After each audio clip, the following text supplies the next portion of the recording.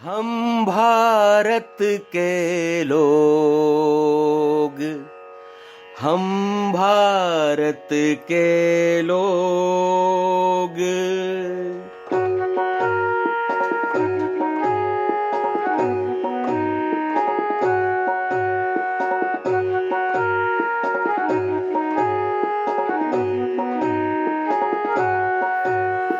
हम भारत के लोग, हम भारत के लोग, हम भारत के लोग, हम भारत के लोग, संविधान से चलने वाले हम भारत के लोग, सत्य सनातन के रखवाले हम भारत के लोग।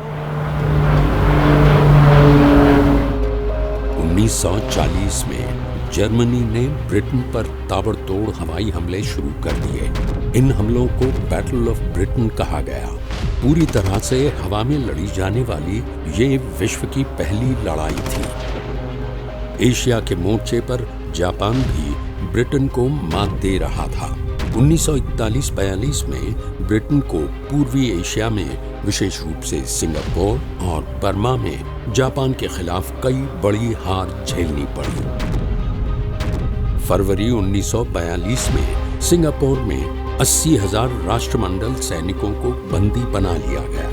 ये द्वितीय विश्व युद्ध में ब्रिटेन की सबसे बुरी हार थी। जर्मनी और जापान के विरुद्ध मिल रही इन हारों से ब्रिटेन की अर्थव्यवस्था पर भारी बोझ पड़ने लगा। ब्रिटेन में आवास और जीवनावश्यक वस्तुओं की कमी होने लगी। युद्ध के दौरान ब्रिटेन की राष्ट्रीय संपत्ति को भारी नुकसान पहुंचा। द्वितीय विश्व युद्ध के दौरान ब्रिटेन की हालत वास्तव में पतली हो गई थी।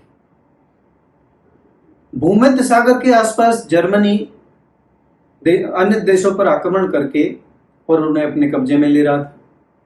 इधर एशियाई देशों पर जापान आक्रमण करके उन्हें अपने अधीन कर रहा था। इस स्थिति से निपटने के लिए ब्रिटेन ने अलग अलग देशों से हथियार खरीदे, अमेरिका से भी हथियार खरीदे, और अगर आज उसका आकलन किया जाए तो लगभग $200 बिलियन के आसपास वो हथियार खरीदे गए थे। और सबसे मजे की बात यह है कि ब्रिटेन ने किसी भी देश को यह नहीं बताया कि वो कर्ज कब वापस कर रहा है। उल्टा उसने ये डिक्लेयर कर दिया कि ये कर्ज जो है, ये ऋण जो है, ये ब्याज मुक्त होगा। दूसरी गलती उसने ये करी कि भारत को अपने साम्राज्य का हिस्सा डिक्लेयर कर दिया। 1942 तक द्वितीय विश्व युद्ध में ब्रिटेन के लिए स्थिति काफी कठिन हो गई। उसे कई मोर्चों पर हार का सामना करना पड़ा। द्वितीय विश्व युद्ध के इन झटकों ने ब्रिटेन को राजनीतिक रूप से अस्थिर और आर्थिक रूप से कमजोर कर दिया। द्वितीय विश्व युद्ध के पहले 3 सालों में ही ब्रिटेन का बुरा हाल हो गया। भारतीयों को साथ लेना और भी आवश्यक हो गया। लेकिन भारतीय राजनेताओं को मनाने के लिए लाया गया उनका अगस्त प्रस्ताव सिरे से नकार दिया गया था और विश्वास बहाली का एक और प्रयास किया गया। और इस प्रयास के अंतर्गत क्रिप्स मिशन को भारत भेजा गया। संवैधानिक सुधारों पर बातचीत करने के लिए ब्रिटिश सरकार ने मार्च 1942 में क्रिप्स मिशन को द्वितीय विश्व युद्ध के बीच भारत भेजा। इस मिशन का नेतृत्व वरिष्ठ ब्रिटिश राजनीतिज्ञ और युद्ध मंत्रिमंडल के सदस्य सर स्टैफर्ड क्रिप्स कर रहे थे। We did our best to succeed, and so I'm sure too did the leaders of the Indian peoples, who were full of anxiety to bring about some useful result to our discussion. Cripps mission का मुख्य प्रस्ताव भारत को dominion status देना और युद्ध के बाद संविधान बनाने के लिए एक संविधान सभा का गठन करना था, ताकि भारत को ब्रिटिश युद्ध प्रयासों में सहयोग करने के लिए प्रेरित किया जा सके। युद्ध के दौरान भारत की रक्षा का नियंत्रण ब्रिटिश सरकार के पास रखने, लेकिन संविधान सभा के गठन के बाद भारत को रक्षा के क्षेत्र में भी अधिक अधिकार दिए जाने का भी प्रस्ताव दिया गया। अल्पसंख्यकों के अधिकारों की रक्षा के लिए संविधान सभा और ब्रिटिश सरकार के बीच बातचीत करने की बात कही गई। Of arriving at a settlement of this great subcontinental problem, with all the varieties of races and of religions and classes in India, one must have the greatest helpfulness from each one of them if one's going to arrive at a successful conclusion. But I feel quite certain that if they will all help, that the scheme which the British government has got out and which I am taking with me to India is one which may successfully settle for all time the future of India as a great free partner in the British Commonwealth of Nations. And once that's solved, I believe we shall be able to rally all the peoples of India to the defense of their own native land, which now is so urgently being threatened.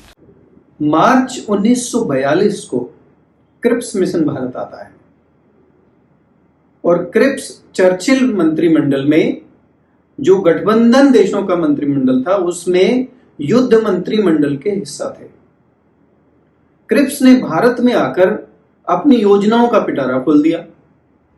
Cripps कहते हैं कि भारत को dominion state का हम दर्जा दे देंगे, भारतीय राज्यों को एक संघ राज्य में बनाकर भारत को एक अच्छा संविधान दे देंगे जो भारतीयों के द्वारा ही बनाया गया होगा। लेकिन क्रिप्स ने एक चाल भी चली और उसने ये छूट दे दी कि यदि कोई राज्य भारत का हिस्सा ना बनना चाहे तो वो अपना संविधान अलग से बना सकता है। जिन्ना साहब तो खुश हो गए और इस बात को लेकर मुस्लिम लीग ने आंदोलन में थोड़ा सा अपना योगदान कम कर दिया। लेकिन हम बार बार बात करते हैं कि गांधी जी और कांग्रेस के अलावा भी क्या किसी का योगदान रहा है? तो हाँ, समाजवादियों का भी बहुत बड़ा योगदान था। हमें ये बात नहीं भूलनी चाहिए कि उससे पहले लॉर्ड लिनलिथगो अपनी सभी योजनाओं में विफल हो चुके थे। यद्यपि उन्होंने कुछ भारतीयों को इस बात के लिए राजी कर लिया था कि वो ब्रिटेन की तरफ से द्वितीय विश्व युद्ध में लड़े, लेकिन वो योजना फेल हो चुकी थी। क्रिप्स को भेज दिया गया था और जब ये लगा कि क्रिप्स भारत को बांटना चाहते हैं तो भारतीय नेता भी बहुत नाराज हुए और समाजवादी नेताओं ने भी आंदोलन में बढ़ चढ़कर हिस्सा लिया। क्रिप्स वापस चले गए और अगस्त में गांधी जी ने भारत छोड़ो आंदोलन जारी कर दिया। क्रिप्स मिशन का नेतृत्व करने वाले स्टैफोर्ड क्रिप्स ब्रिटेन की वामपंथी लेबर पार्टी से संबंध रखते थे और लेबर पार्टी को भारतीय स्वशासन के प्रति सहानुभूति रखने वाली पार्टी माना जाता था। लेकिन स्टैफोर्ड क्रिप्स ब्रिटिश प्रधानमंत्री विंस्टन चर्चिल के नेतृत्व वाले गठबंधन वाली सरकार के युद्ध मंत्रिमंडल के सदस्य भी थे और चर्चिल को भारतीय स्वतंत्रता को रोकने वाले नेता के रूप में जाना जाता था। क्रिप्स मिशन का उद्देश्य द्वितीय विश्व युद्ध के बाद भारत को एक प्रभुत्वशाली राज्य यानी डोमिनियन स्टेटस का दर्जा देने तथा एक नया संविधान बनाने की संभावना प्रदान करके युद्ध के प्रयासों के लिए भारतीयों का समर्थन प्राप्त करना था। लेकिन प्रस्ताव के बिंदु ऐसे थे जिससे ये प्रस्ताव अगस्त ऑफर का ही दूसरा रूप लग रहा था। शायद यही कारण था कि क्रिप्स मिशन के प्रस्तावों को राष्ट्रवादी नेताओं ने अस्वीकार कर दिया। प्रस्ताव को अस्वीकार करने का सबसे बड़ा कारण ये था कि इसमें भारत की पूर्ण स्वतंत्रता का जिक्र नहीं था। संविधान सभा में मनोनीत सदस्यों का प्रावधान भी रखा गया था, जिसे राष्ट्रवादी नेताओं ने भारत के लोकतांत्रिक सिद्धांतों को कमजोर करने वाला करार दिया। रक्षा और सुरक्षा पर ब्रिटिश शक्तियों के बने रहने को औपनिवेशिक नियंत्रण की निरंतरता के रूप में देखा गया। आश्वस्त न होने पर प्रांतों को अलग होने की अनुमति देना भी अखंड भारत के विचार के विरुद्ध था। गांधी जी ने भी क्रिप्स मिशन के प्रस्ताव की आलोचना की। क्रिप्स मिशन के प्रस्ताव एक डूबते हुए बैंक द्वारा जारी किए गए एक पोस्ट डेटेड चेक से ज्यादा कुछ नहीं है। एक तो द्वितीय विश्व युद्ध का परिणाम क्या निकलेगा, युद्ध के पश्चात ब्रिटेन की स्थिति क्या रहेगी, ये स्पष्ट नहीं है। उस पर ब्रिटिश शासन का विश्व युद्ध के बाद भारत को डोमिनियन स्टेटस देने का वादा करना हमारी पूर्ण स्वतंत्रता की मांग से मेल नहीं खाता। मुस्लिम लीग ने इस प्रस्ताव को इसलिए खारिज कर दिया क्योंकि उसे लगा कि प्रस्ताव में अल्पसंख्यकों के लिए सुरक्षा का प्रावधान नहीं किया गया है। हिंदू महासभा ने प्रांतों के अलग होने के अधिकार का विरोध किया और इसे भारत की एकता के लिए हानिकारक माना।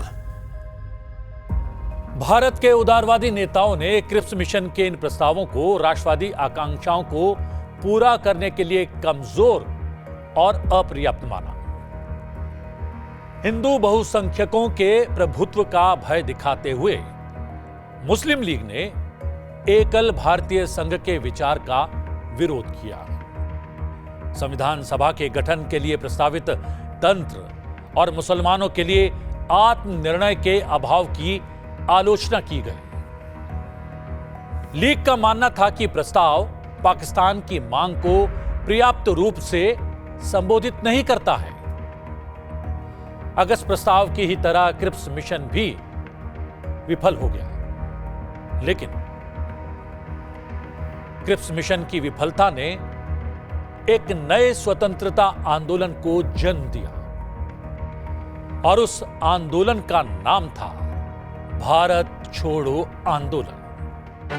मैं देशवासियों को एक मंत्र देना चाहता हूं, जिसे अपने हृदय में धारण कर भारत के लोग फिरंगियों को 7 समंदर पार भेज सकते हैं।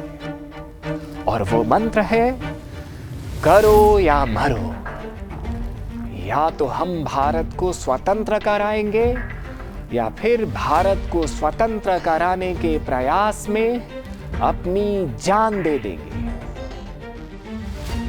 करो या मरो, करो या मरो, करो या मरो।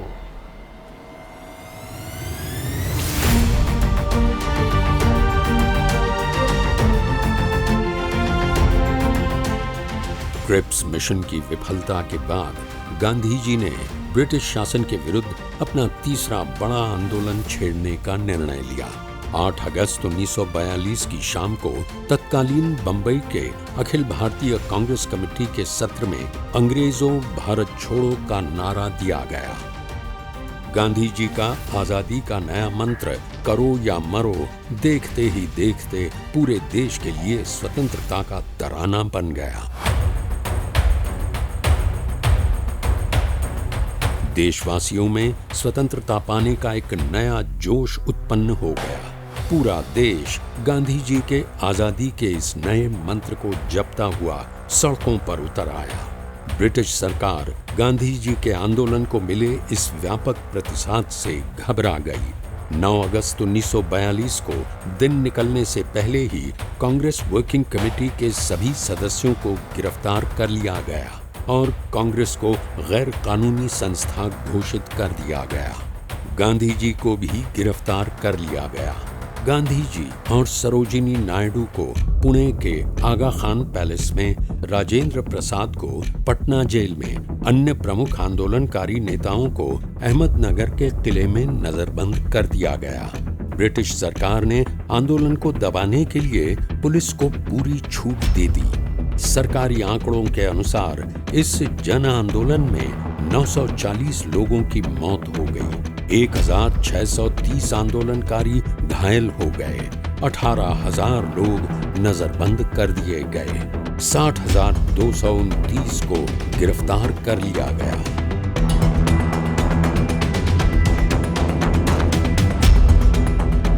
भारत छोड़ो आंदोलन के दौरान बहुत से राजनेता और आंदोलनकारी ऐसे भी थे ब्रिटिश पुलिस जिन्हें लाख कोशिशों के बाद भी गिरफ्तार नहीं कर सकी। उनमें एक थी अरुणा असफ अली, जिनके पति को आंदोलन में शामिल होने के कारण गिरफ्तार कर लिया गया था। भारत सिर्फ भारतीयों का है। जब तक भारत और भारतीयों पर शासन करने वाले अंग्रेज भारत छोड़कर नहीं जाते, हम आंदोलन करते रहेंगे। गांधी जी ने जो आप लोगों से कहा, वो आज मैं दोहराती हूं और वादा भी मांगती हूं। करो या मरो, करो या मरो। अरुणा असफ अली और सुचेता कृपलानी, ये दोनों उस समय समाजवादियों के साथ भारतीय स्वतंत्रता आंदोलन का हिस्सा थी और अपना पूर्ण योगदान दे रही थी। अरुणा असफ अली के कारण आगे भारत छोड़ो आंदोलन बढ़ा और ये बहुत बड़ा बना। जिस तरह से जब साइमन कमीशन भारत आया था और प्रत्येक व्यक्ति ये पुकार रहा था कि साइमन वापस जाओ, इसी तरह से अंग्रेजों भारत छोड़ो के नारे पूरे भारत में लग रहे थे और सुचेता कृपलानी, अरुणा असफ अली के कारण भारतीय महिलाओं ने भी अपना संपूर्ण योगदान इस आंदोलन में दिया। ब्रिटिश पुलिस के बढ़ते दमन और गिरफ्तारियों के चलते सितंबर 1942 में भारत छोड़ो आंदोलन भूमिगत रूप से चलने लगा। जयप्रकाश नारायण, राम मनोहर लोहिया, सुचेता कृपलानी जैसे नेताओं ने भूमिगत रहते हुए आंदोलन को आगे बढ़ाया। भारत छोड़ो आंदोलन की सफलता के बाद अंग्रेजों को लगने लग गया था कि अब भारत पर उनका अधिकार बहुत ज्यादा दिनों तक नहीं रहेगा। यद्यपि गांधी जी नजरबंद कर दिए गए थे, राम मनोहर लोहिया और जयप्रकाश नारायण जी जो समाजवादी नेता थे, उनको हजारीबाग जेल में डाल दिया गया था। उनके साथ बहुत सारे और समाजवादी नेता भी हजारीबाग जेल में डाल दिए गए थे। तो भी महिलाओं के नेतृत्व में और जितने बाहर भारत के लोग थे, हम भारत के लोग टूटते नहीं हैं, इसलिए भारत के लोग इन महिलाओं के नेतृत्व में भारत छोड़ो आंदोलन को ऊंचाइयों पर ले जा रहे थे। समाजवादियों का योगदान यहां पर बहुत बड़ा निकल के आता है। समाजवादियों ने परोक्ष रूप से इस आंदोलन में और भारतीय स्वतंत्रता संग्राम में अपनी भूमिका अदा करने का फैसला किया। हजारीबाग जेल में योगेंद्र शुक्ला और दूसरे लीडर, उनके साथ 7 टोटल लीडर जो कि बहुत वेल नोन नहीं थे, सूरज नारायण मिश्र, योगेंद्र शुक्ला, ऐसे लीडर जो उसी जेल में बंद थे, उन्होंने जेल से भाग जाने का निर्णय किया। दीवार को फांदकर 7 लोग बाहर आए और परोक्ष रूप से भारत छोड़ो आंदोलन में शामिल होकर अपना पूर्ण सहयोग दिया।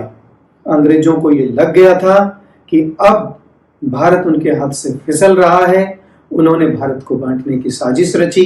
भारतीय संघ में दूसरे राज्यों को यह अधिकार देने का फैसला किया कि वो अपना अलग कानून बना सकते हैं, जिसके कारण जिन्ना जैसे लोग खुश हो गए, लेकिन भारतीय नेताओं को यह मंजूर नहीं था और उन्होंने आंदोलन को तेज करके अंग्रेजों की नींव उखाड़ने में बहुत महत्वपूर्ण भूमिका निभाई।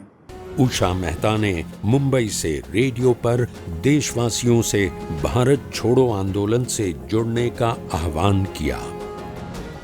देशवासियों, गांधी जी सहित सैकड़ों हजारों देश प्रेमियों को अंग्रेजों ने गिरफ्तार कर लिया है, बहुतों की जान ले ली है, लेकिन अंग्रेजों के जुल्म हमें हमारे मार्ग से डिगा नहीं पाएंगे। हमें स्वतंत्रता का जो मंत्र गांधी जी ने दिया है, हम उसे जपते हुए स्वतंत्रता के लिए आवाज उठाते ही रहेंगे। करो या मरो, करो या मरो, करो या मरो। रेडियो के माध्यम से की गई इस अपील ने आंदोलन में एक नई जान फूंक दी। भारत छोड़ो आंदोलन के माध्यम से भारत की जनता ने ब्रिटिश सरकार को साफ संदेश दे दिया कि वो गुलामी की जंजीर में रहने के लिए अब और तैयार नहीं है।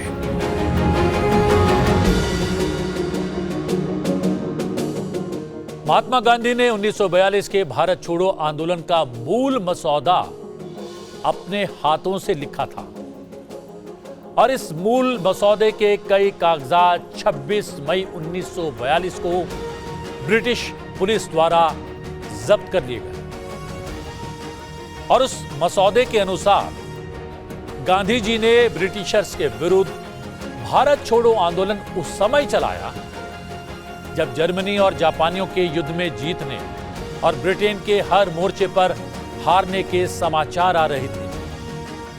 गांधी जी को विश्वास होने लगा था कि जापानी सेना ब्रिटेन को हरा देगी और भारत पर काबिज हो जाएगी। ऐसे में गांधी जी जापानियों के साथ बातचीत करने के बिंदु तलाशने लगे और अंग्रेजों को जैसे ही इस बात का भान हुआ, उन्होंने गांधी जी को भारत छोड़ो आंदोलन के शुरू होते ही गिरफ्तार कर लिया। गांधी जी सहित तमाम नेताओं और आंदोलनकारियों की गिरफ्तारी भी आंदोलन को 2 साल तक रोक नहीं पाई और जब आंदोलन समाप्त हुआ तब तक भारत में स्वतंत्रता की चिंगारी भड़क चुकी थी और इस चिंगारी को फौज का रूप देकर संगठित शक्ति का स्वरूप दे रहे थे सुभाष चंद्र बोस आजाद हिंद फौज तैयार करके।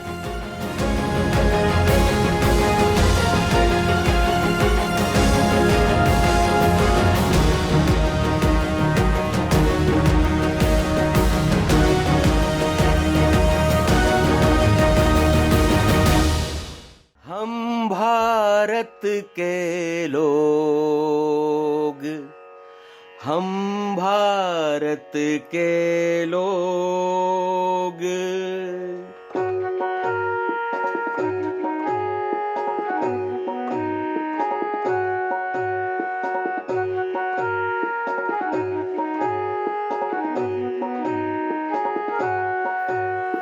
हम भारत के लोग, हम भारत के लोग, हम भारत के लोग, हम भारत के लोग, संविधान से चलने वाले हम भारत के लोग, सत्य सनातन के रखवाले हम भारत के लोग, हम भारत के लोग, हम भारत के लोग।